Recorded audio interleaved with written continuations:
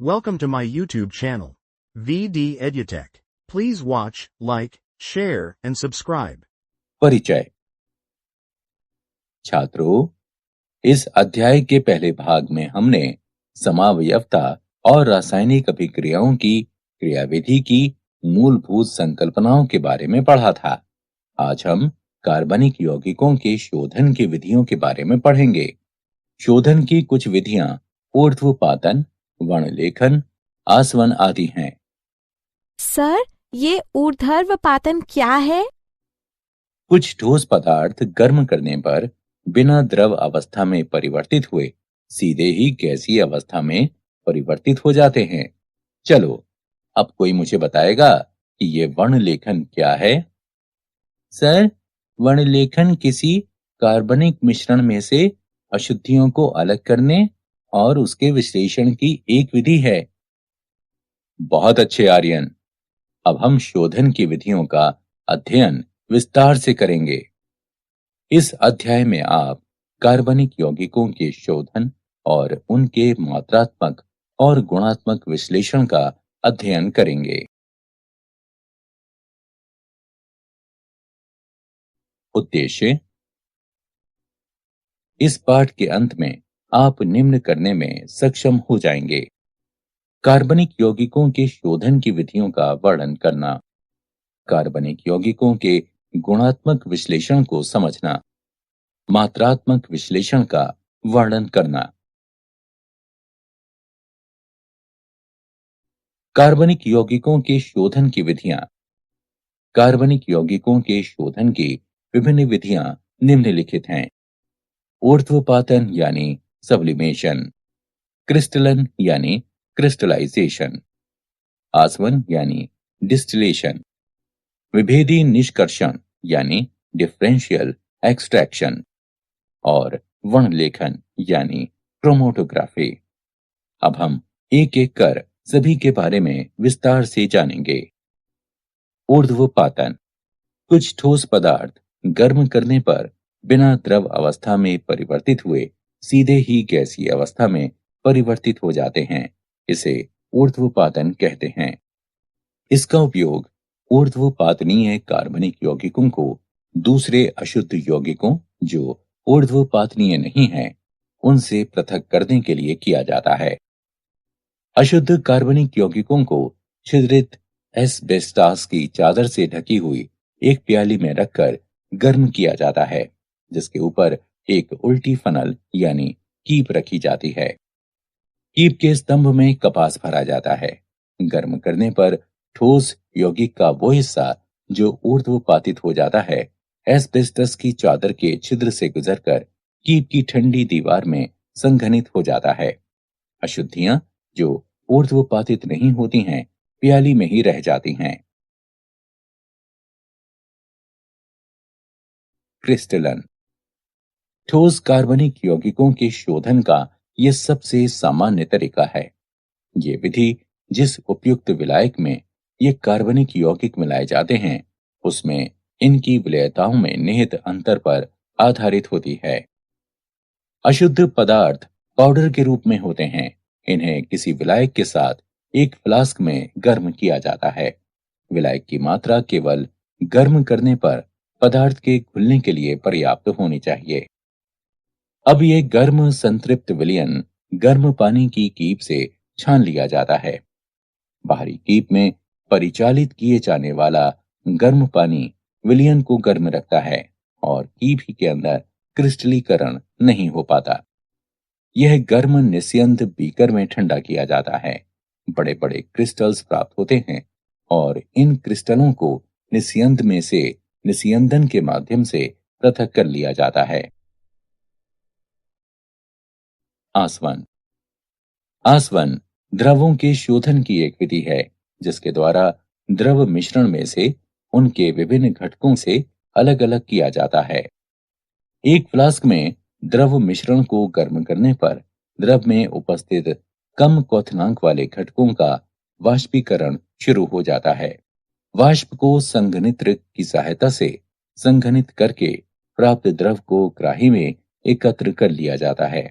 द्रव मिश्रण के वे घटक जिनका क्वथनांक उच्च होता है, बाद में वाष्पित होते हैं और इन द्रवों को अलग एकत्रित किया जा सकता है।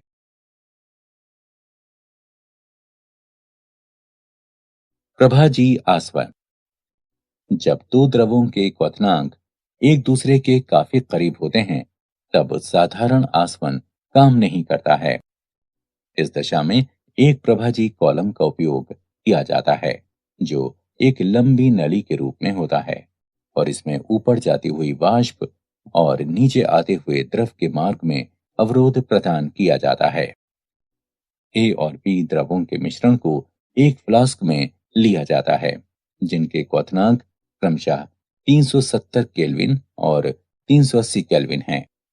फ्लास्क को गर्म करने पर ए की ज्यादा वाष्प प्राप्त होती है और बी की वाष्प कम प्राप्त होती है। प्रभागी कॉलम में जैसे जैसे वाष्प ऊपर उठती जाती है, आंशिक रूप से संघनित द्रव नीचे गिरता है। बी की वाष्प ए की वाष्प की तुलना में जल्दी संघनित होती है और जो वाष्प ऊपर जाती है उसमें ए की मात्रा ज्यादा होती है। संघनित द्रव नीचे गिरता है और ऊपर उठती वाष्प से टकराकर पुनः ऊष्मा लेकर वाष्पित होता है, जिसमें बी के अणुओं की खपत होती है। प्रभागी कॉलम में यह क्रमिक प्रक्रिया चलती रहती है, जिसके परिणाम स्वरूप कॉलम के शीर्ष पर बचने वाली वाष्प मुख्यतः ए की होती है, जबकि फ्लास्क में बचने वाला द्रव बी का होता है। निम्न दाब पर आसवन। ये विधि उन द्रवों के लिए प्रयुक्त होती है जो अपने क्वथनांक के निकट अपघटित हो जाते हैं। फ्लास्क की मुख्य गर्दन में एक लंबी केशिका नली यानी कैपिलरी लगा दी जाती है और बगल की दूसरी गर्दन में थर्मामीटर लगा दिया जाता है। बगल की ट्यूब संघनित्र से जोड़ दी जाती है, जो दूसरे छोर पर ग्राही से जुड़ी होती है। ग्राही एक पंप से जुड़ी होती है, जो दबाव को कम करता है। कम दबाव के साथ द्रव कम तापमान पर उबलने लगता है, जिससे तापमान अपघटन ताप तक नहीं पहुंच पाता है। उदाहरण, ग्लिसरॉल अपने क्वथनांक 563 केल्विन पर अपघटन के साथ उबलता है, पर यदि दबाव 12 मिलीमीटर तक कम कर दिया जाए तो ये 453 केल्विन पर बिना अपघटन के उबलने लगता है। भाप आसवन। इस विधि का प्रयोग उन पदार्थों के शोधन के लिए किया जाता है जो भाप में वाष्पशील और पानी में अमिश्रणीय होते हैं। यह विधि इस तथ्य पर आधारित है कि कोई द्रव उस तापमान पर उबलना शुरू करता है जब उसका वाष्प दाब वायुमंडलीय दाब के बराबर हो जाता है और दो अमिश्रणीय द्रवों का वाष्प दाब स्वतंत्र द्रवों के वाष्प दाब के योग के बराबर होता है। अशुद्ध यौगिक में लगातार भाप प्रवाहित की जाती है, जो कि आस्वित करने के लिए आवश्यक है। भाप द्रव को गर्म करती है और जल को भी संघनित करती है। कुछ समय बाद जल और द्रव का मिश्रण उबलना शुरू कर देता है, क्योंकि मिश्रण का वाष्प दाब वायुमंडलीय दाब के बराबर हो जाता है।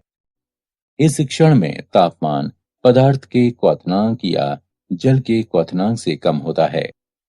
द्रवों और पानी के इस मिश्रण को संघनित कर ग्राही में एकत्र कर लिया जाता है, जिसे आसानी से अलग अलग किया जा सकता है। विभेदी निष्कर्षण। जब कार्बनिक यौगिक किसी जलीय विलयन में उपस्थित होता है, तब उस कार्बनिक यौगिक को ऐसे विलायक का उपयोग करके निष्कर्षित किया जाता है जिसमें कार्बनिक यौगिक की विलेयता जल की अपेक्षा अधिक होती है और ये विलायक जल में अमिश्रणीय हो। यदि कार्बनिक यौगिक की उस विलयन में घुलनशीलता कम होती है, तो यौगिक की सूक्ष्म मात्रा का निष्कर्षण करने के लिए विलायक की बड़ी मात्रा की आवश्यकता होती है। ये विधि सतत निष्कर्षण कहलाती है। वर्णलेखन। वर्णलेखन शोधन की एक ऐसी विधि है जिसे किसी मिश्रण के अवयवों को पृथक करने कार्बनिक पदार्थों की पहचान करने और उनकी शुद्धता की जांच करने के लिए उपयोग में लाया जाता है। वर्णलेखन का वर्गीकरण। अधिशोषण वर्णलेखन, वितरण वर्णलेखन। अधिशोषण वर्णलेखन। अधिशोषण वर्णलेखन विभेदक अधिशोषण के सिद्धांत पर आधारित है, जिसके अनुसार विभिन्न यौगिक भिन्न अंशों में किसी विशिष्ट अधिशोषक जैसे ठोस सिलिका या एल्यूमिना जेल पर अधिशोषित होते हैं। विभेदी अधिशोषण के सिद्धांत पर आधारित दो प्रकार की वर्णलेखन तकनीकें निम्नलिखित हैं: कॉलम या स्तंभ वर्णलेखन और पतली परत वर्णलेखन। कॉलम वर्णलेखन। इस विधि के अंतर्गत विभिन्न घटकों के मिश्रण को जब स्टार्च या चारकोल जैसे अधिशोषक से भरे हुए कॉलम से होकर गुजारा जाता है, तब विभिन्न घटक आंशिक या पूर्ण रूप से अधिशोषक के द्वारा अधिशोषित हो जाते हैं और तब वे उपयुक्त विलायक, जिसे निक्षालक कहते हैं, उसकी मदद से अलग किए जा सकते हैं। पतली परत वर्णलेखन। इसमें एक अधिशोषक की पतली परत को किसी उपयुक्त आधार पर फैलाया जाता है, जैसे कांच की प्लेट।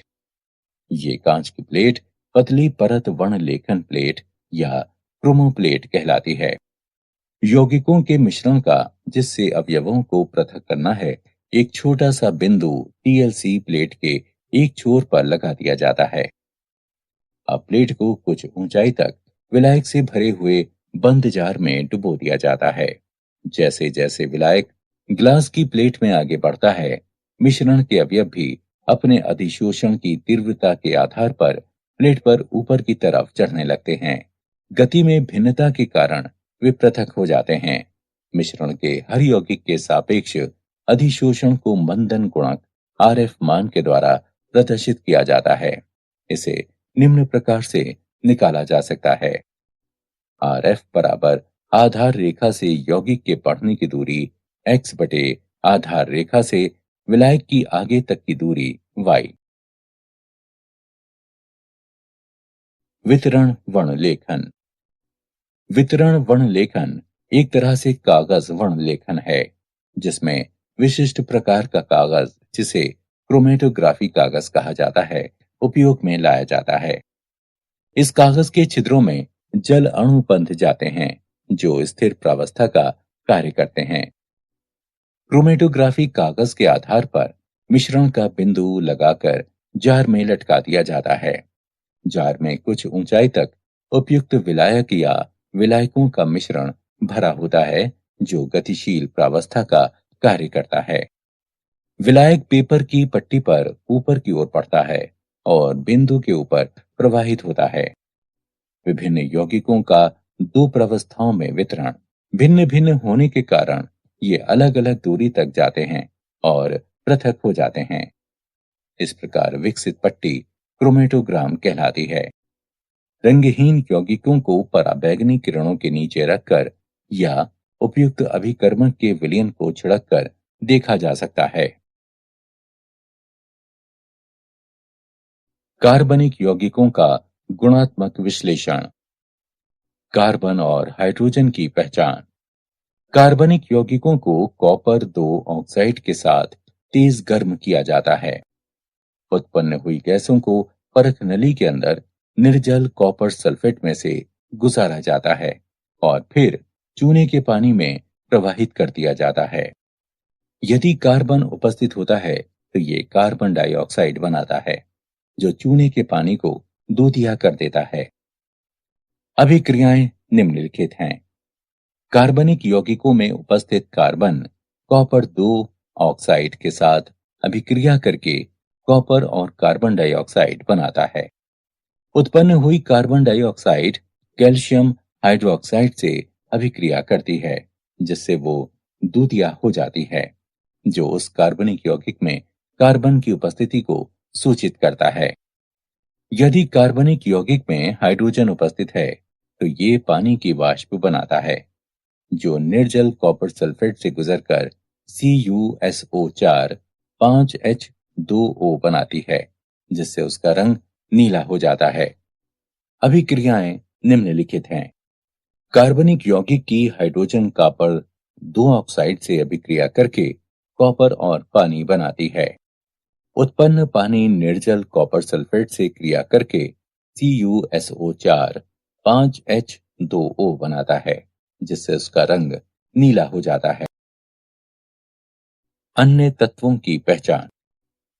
कार्बनिक यौगिकों में उपस्थित नाइट्रोजन, सल्फर, हैलोजन और फास्फोरस जैसे अन्य तत्वों को लैसे परीक्षण के द्वारा पहचाना जा सकता है। कार्बनिक यौगिकों में उपस्थित तत्वों को सोडियम धातु के साथ संगलित करने पर ये तत्व संयोजी रूप से आयनिक रूप में परिवर्तित हो जाते हैं। अभिक्रियाएं निम्नलिखित हैं। जब सोडियम कार्बनिक यौगिकों में उपस्थित विभिन्न तत्वों के साथ क्रिया करता है, तब ये सोडियम संलग्न निष्कर्ष बनाता है। नाइट्रोजन के लिए परीक्षण। सोडियम संलग्न निष्कर्ष को फेरस सल्फेट के साथ मिलाने पर, जो कि सोडियम साइनाइड है, सोडियम पेरोसाइनाइड बनाता है। इस अभिक्रिया के दौरान फेरिक आयन बनता है, जो फेरोसाइनाइड से क्रिया करके फेरीफेरोसाइनाइड बनाता है, जिसका रंग नीला होता है। सल्फर के लिए परीक्षण।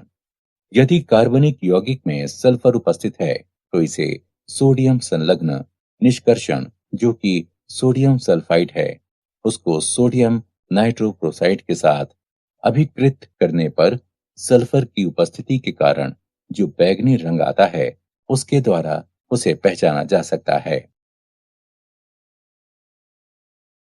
हैलोजनों के लिए परीक्षण। सोडियम संलग्न निष्कर्षण के एक भाग को NaX नाइट्रिक अम्ल के द्वारा अम्लीकृत करके उसमें सिल्वर नाइट्रेट मिलाया जाता है।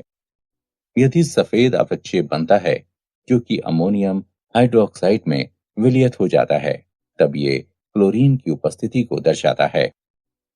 यदि पीला अवक्षेप बनाता है, जो कि अमोनियम हाइड्रोक्साइड में अल्प विलय है, तब ये ब्रोमीन की उपस्थिति को दर्शाता है। और यदि ये पीला अवक्षेप अमोनियम हाइड्रोक्साइड में अविलय है, तब ये आयोडीन की उपस्थिति को दर्शाता है। यदि नाइट्रोजन या सल्फर की संभावना होती है, तो परीक्षण के पूर्व सोडियम संलग्न निष्कर्षण को 2 मिनट तक उबाला जाता है, जिससे HCN और H2S के साइनाइड और सल्फाइड विघटित हो जाएं, जो परीक्षण में बाधा उत्पन्न करते हैं। फास्फोरस के लिए परीक्षण। किसी कार्बनिक यौगिक में फास्फोरस की उपस्थिति का पता लगाने के लिए उस कार्बनिक यौगिक को सोडियम पेरोक्साइड के साथ गर्म किया जाता है। बने हुए विलयन को सांद्र नाइट्रिक अम्ल के साथ उबालकर अमोनियम मॉलिब्डेट मिलाया जाता है। पीले रंग का अवक्षेप फास्फोरस की उपस्थिति को प्रदर्शित करता है। मात्रात्मक विश्लेषण। कार्बन और हाइड्रोजन। कार्बनिक यौगिकों के एक नमूने को शुष्क शुद्ध ऑक्सीजन की भाप में कॉपर 2 ऑक्साइड की उपस्थिति में 700 डिग्री सेल्सियस पर गर्म किया जाता है। हाइड्रोजन ऑक्सीकृत होकर पानी बनाती है और कार्बन से कार्बन डाइऑक्साइड बनता है।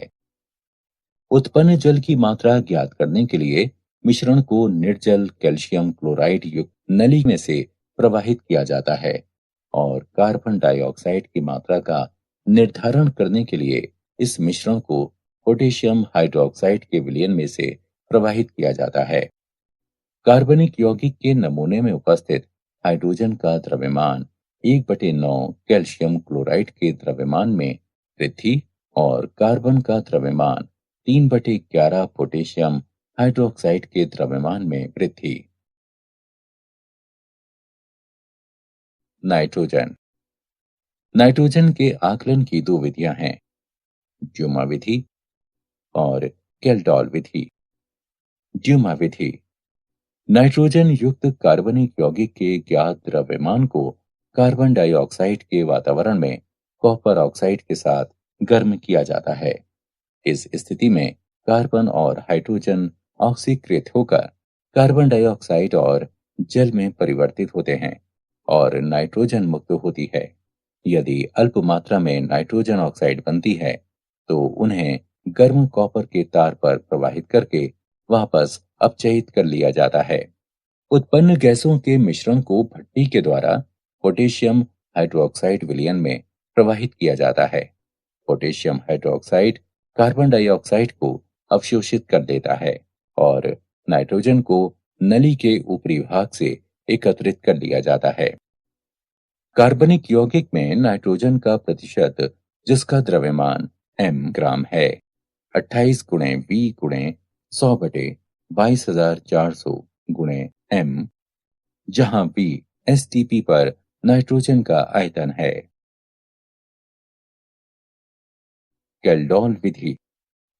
कैल्डोल विधि में नाइट्रोजन का निर्धारण अमोनिया गैस के द्वारा किया जाता है।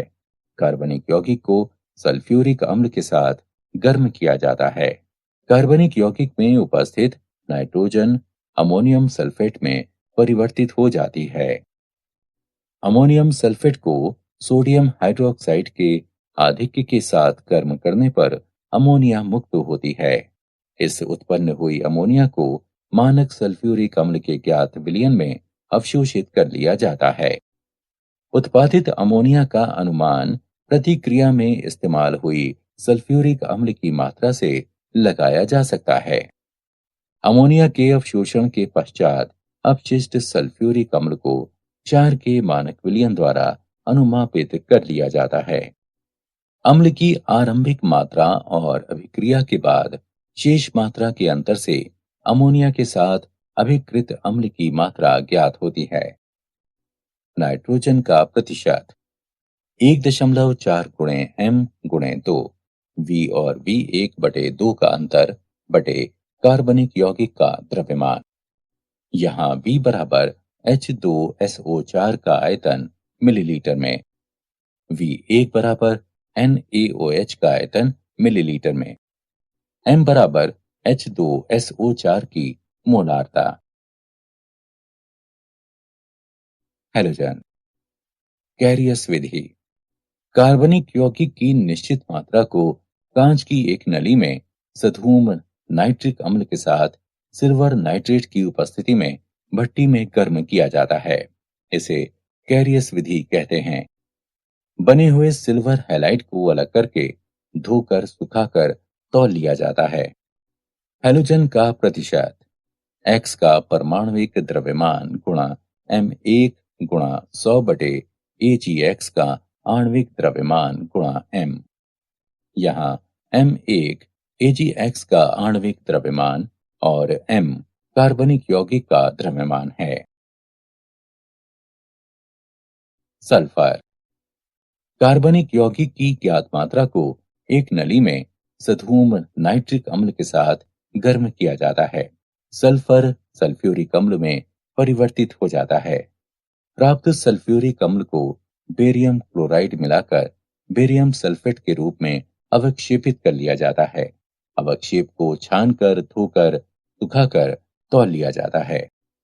सल्फर का प्रतिशत 32 गुणा M1 गुणा 100 बटे 233 गुणा M। यहाँ M1 बने हुए बेरियम सल्फेट का द्रव्यमान है और M कार्बनिक यौगिक का द्रव्यमान है। फास्फोरस। फास्फोरस युक्त कार्बनिक यौगिक की ज्ञात मात्रा को सधूम नाइट्रिक अम्ल के साथ गर्म करने पर उसमें उपस्थित फास्फोरस फास्फोरिक अम्ल में ऑक्सीकृत हो जाता है। इसे अमोनिया और अमोनियम मॉलिब्डेट मिलाकर अमोनियम फॉस्फेटो मॉलिब्डेट के रूप में अवक्षेपित किया जाता है। फास्फोरस का प्रतिशत 31 गुणा M1 गुणा 100 बटे 1877 गुणा M। यहाँ M1 अमोनियम फॉस्फेटो मॉलिब्डेट का द्रव्यमान है और M कार्बनिक यौगिक का द्रव्यमान है। ऑक्सीजन।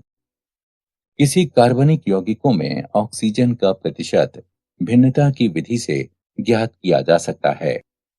कार्बनिक यौगिक में ऑक्सीजन की प्रतिशतता की गणना उसमें उपस्थित अन्य तत्वों की प्रतिशतताओं के योग को 100 में से घटाकर निकाली जाती है। कार्बनिक यौगिकों की एक निश्चित मात्रा को नाइट्रोजन गैस के प्रवाह में गर्म किया जाता है। उत्पन्न हुई गैसों के मिश्रण को रक्त तप्तकोप पर प्रवाहित करने पर ऑक्सीजन गैस कार्बन मोनोऑक्साइड में परिवर्तित हो जाती है।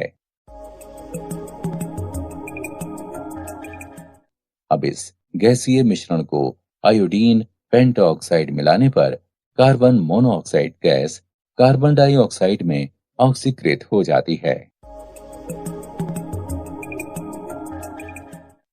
अभिक्रियाओं के अनुसार ऑक्सीजन का प्रतिशत निम्न प्रकार से प्राप्त किया जा सकता है: 16 गुणा कार्बन डाइऑक्साइड का द्रव्यमान बटे 44 गुणा कार्बनिक यौगिक गुणा 100। क्या आप जानते हैं कार्बन सभी सजीवों में पाया जाता है? कार्बन एक अधातु है। ये अपने आप के साथ और कई अन्य रासायनिक तत्वों के साथ आपंत बना सकता है और लगभग 10 लाख यौगिकों का गठन कर सकता है। सारांश। आइए हमने जो कुछ सीखा है उसे संक्षेप में दोहराएं। ऊर्ध्वपातन, क्रिस्टलीकरण, आसवन, विभेदी निष्कर्षण और वर्णलेखन कार्बन यौगिकों के शोधन की विधियां हैं। कार्बनिक यौगिक को कॉपर 2 ऑक्साइड के साथ तेज गर्म करके उसमें कार्बन और हाइड्रोजन की उपस्थिति का पता लगाया जा सकता है। नाइट्रोजन, सल्फर और हैलोजन को सोडियम संगलन निष्कर्ष के द्वारा पहचाना जा सकता है। कार्बनिक यौगिक के नमूने में उपस्थित हाइड्रोजन का द्रव्यमान 1/9 कैल्शियम क्लोराइड के द्रव्यमान में वृद्धि और कार्बन का द्रव्यमान 3/11 पोटेशियम हाइड्रोक्साइड के द्रव्यमान में वृद्धि। कार्बनिक यौगिक में नाइट्रोजन का प्रतिशत, जिसका द्रव्यमान m ग्राम है, निम्न है। इसमें V STP पर नाइट्रोजन का आयतन है। किसी कार्बनिक यौगिक में हैलोजन का प्रतिशत X का परमाणविक द्रव्यमान गुणा M1 गुणा 100 बटे AgX का आणविक द्रव्यमान गुणा M है, जहां M 1 AgX का द्रव्यमान और M कार्बनिक यौगिक का द्रव्यमान है। किसी कार्बनिक यौगिक में सल्फर का प्रतिशत 32 गुणा M1 गुणा 100 बटे 233 गुणा M है। यहाँ M1 बने हुए बेरियम सल्फेट का द्रव्यमान है और M कार्बनिक यौगिक का द्रव्यमान। किसी कार्बनिक यौगिक में फास्फोरस का प्रतिशत 31 गुणा M1 गुणा 100 बटे 1877 गुणा M है, जहां M1 अमोनियम फॉस्फेटोमोलिब्डेट का द्रव्यमान है और M कार्बनिक यौगिक का द्रव्यमान है। किसी कार्बनिक यौगिक में ऑक्सीजन का प्रतिशत निम्न प्रकार से प्राप्त किया जा सकता है: 16 गुणा कार्बन डाइऑक्साइड का द्रव्यमान बटे 44 गुणा कार्बनिक यौगिक गुणा 100।